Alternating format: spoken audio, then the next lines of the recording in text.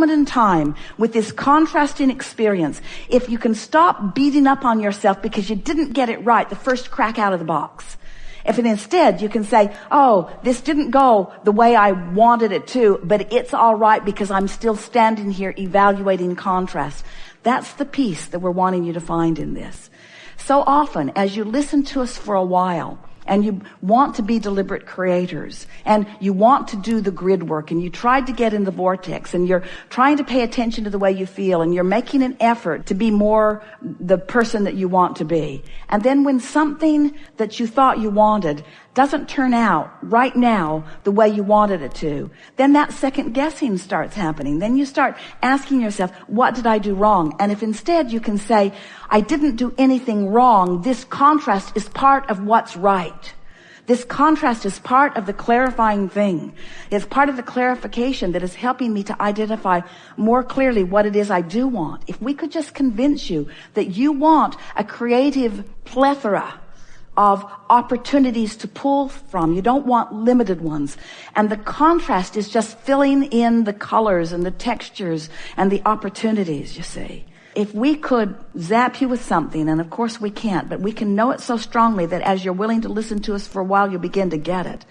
You are in a really, really good place. You're asking really, really good questions. Your desire is really focused in a strong way. And this conversation that we've had, which was solely offered to soothe any angst you have about being in a wrong place, that's what every process that we've ever offered has always been about. To soothe your angst about any wrongness that you've done, because you're not doing anything wrong by standing in a place you don't want to stand in.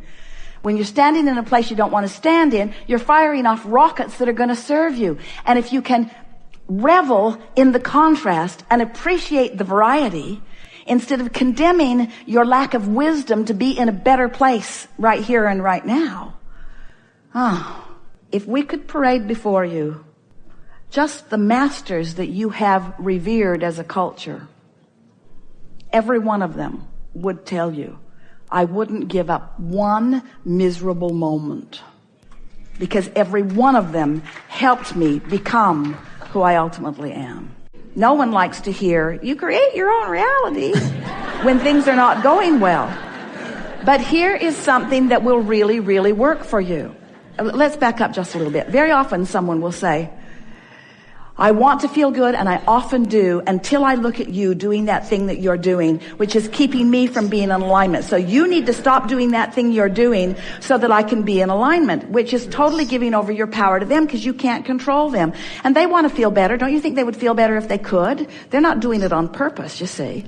And so then as you begin to understand that you have the ability to stay in alignment no matter what they are doing, that you have the ability, but you got to practice it when they're not there. You got to practice it when it's easy. If you will establish your grid before you walk into that situation, then it's easier for you to maintain it. And here is a specific key that will work nearly every time.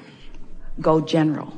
In other words, that's where people make their first mistake. You go out of the vortex and engage, recognize that you don't feel good, and then try to do something about it. So what are we saying? This is really an important conversation. This is our favorite thing that we've ever said to anyone ever. Ever, ever, ever, ever, ever. Don't try to fill your own grid in. That wasn't it. Our favorite thing that we've ever said ever is, when you align with the energy and the inspiration is pouring forth from you, the probability of them coming into alignment with you is much greater, because you've practiced the vibration in advance. Now here's what we're getting at. This is the statement that we so want you to take away from this gathering. If you will decide that you are going to create your own reality in advance, not in the middle of an out of the vortex moment. And you know, almost all of you are attempting to do the most of your creating in an out of the vortex moment. You wait till something goes wrong and then you say, give me a process. I got to do something. I got to get back into alignment. I got to do something. But it's too late. It's like you've jumped out of an airplane. It's at 50,000 feet. You have no parachute. What do I do? What do I do? Just give it a minute. It'll be over soon. That's what happens. And we really mean that. In other words, just write it out. Don't try to fix it, because you'll do more damage. And by more damage, that's not the word that we really want Dester to find. You'll do more practicing of a vibration that's going to come back and bite you in the... We don't want her to say that either. If you just chill, just let it play out. Don't fight it. Just let it play out. Don't try to make it a teaching moment. Don't try to make it the moment that you're valiant. Just let it happen, because the grid's already filling in. So that's what we're saying. That's what we're saying. You got a grid going and it's filling in. Just live with it. But set an intention to do better grid work. Better grid work later. We've been calling that pre-paving for years. If you'll do your grid work in advance. Don't you love knowing that you have the ability to contour your vibration all day, every day into precisely that which will please you? And don't you love this cooperative universe that is showing you the components that are equaling the vibration that you've got going on?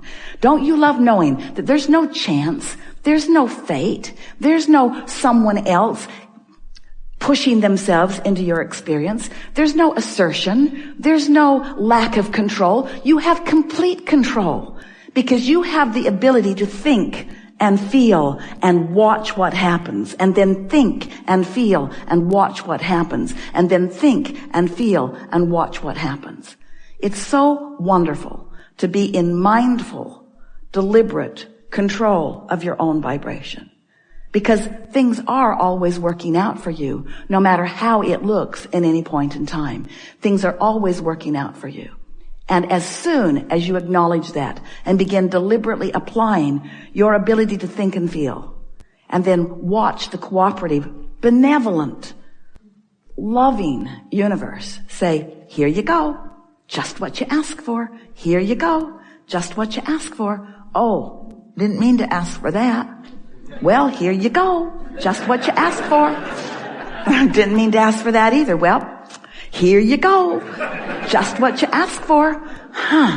Maybe I need to rethink this. Maybe I need to rethink it and refeel it and rethink it and refeel it and rethink it and refeel it. Here you go. Just what you asked for. Much better. Think about the difference between getting up, not meditating, not coming into alignment, not doing positive aspects, and not establishing yourself in your grid. So imagine not doing any of that. You just sort of blunder into your day.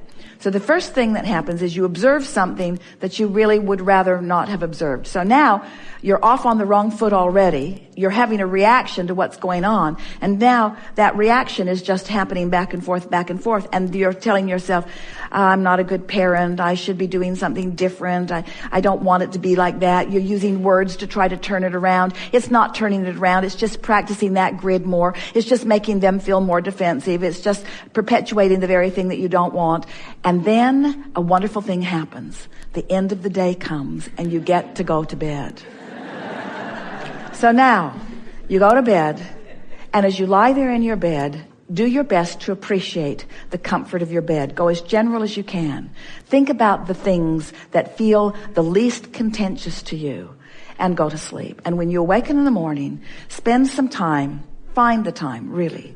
Set your alarm 15 minutes early if it requires that. But lie there with the determination that before you go out into your physical world, that you're going to establish your grid with your non-physical world. Because what will happen then is your grid will begin filling in with things that match that. Your grid will fill in with cooperative children. Your grid will fill in with cooperative traffic. Your grid will fill in with your best ideas. Your grid will fill in with you being tuned in, tapped in, turned on. Your grid will fill in with you anticipating things before they happen. Your grid will fill in with you being so energetic, meaning so on top of whatever's going on, so aware of the energy that you can say the right thing before it gets off on the wrong footing. You see what we're getting at?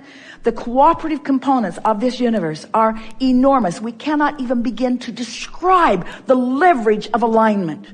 And we can't think of any subject that if we were standing in your physical shoes, we would want to apply it to more deliberately than the subject of parenting, because you don't care about anything, as we talked about before. as much as you care about that. Apply this conversation to everything, to your employee relationship, to your relationship with people in your neighborhood. Relationships, it's such an interesting thing. Most people do not tend to the only relationship that sets them in their power. Instead, they knee-jerk response to relationships all around them. And then from outside the vortex and from outside their power, try to figure out how to gain the most leverage. We are focusing energy. Because focus, and we're only going to talk for a minute and then we're going to let you talk. Focus usually sounds like zeroing in, getting more specific, and that kind of focus is really fun when you're really in the flow. In other words, the more in alignment you are, then the more focus, specific focus, really serves you. But focus, unless you're really in alignment, doesn't serve you. So then you want to focus general rather than specific. That's what this little run was about. It was about focus, but it was about finding emotional words and giving attention, which is all focusing is. Let's choose a word. Someone said fun, and that's a good one. Let's take a little softer one. Ease. Just hold the idea of ease. Ease. And when you think about ease, fill it in with other words that remind you of ease, like relax and easy and soft and gentle and what else? Trust, letting go, comfortable. Now you're focusing. You're focusing. And it seems to most people like, oh yeah, blah, blah, blah, blah, blah, blah, blah. But this is the work. Because you were born, you have seen, you have explored, you have experienced the contrast, you have given birth, you've put it in the vortex, it's in the vortex. Now it's time to prepare the environment that allows what's in the vortex to flow into your experience. And so start with that feeling of ease. Now, as the momentum begins coming and you stay in the flow, now you will be inspired. This is what we really want to say to you. If you can find that place of chilling that allows the stuff to start moving from the vortex into your grid, as it moves, the specific focus will be part of the process. In other words, you will be inspired to the specifics that allow the momentum to continue. It's like when you jump out of an airplane, you don't have to worry about keeping your speed up.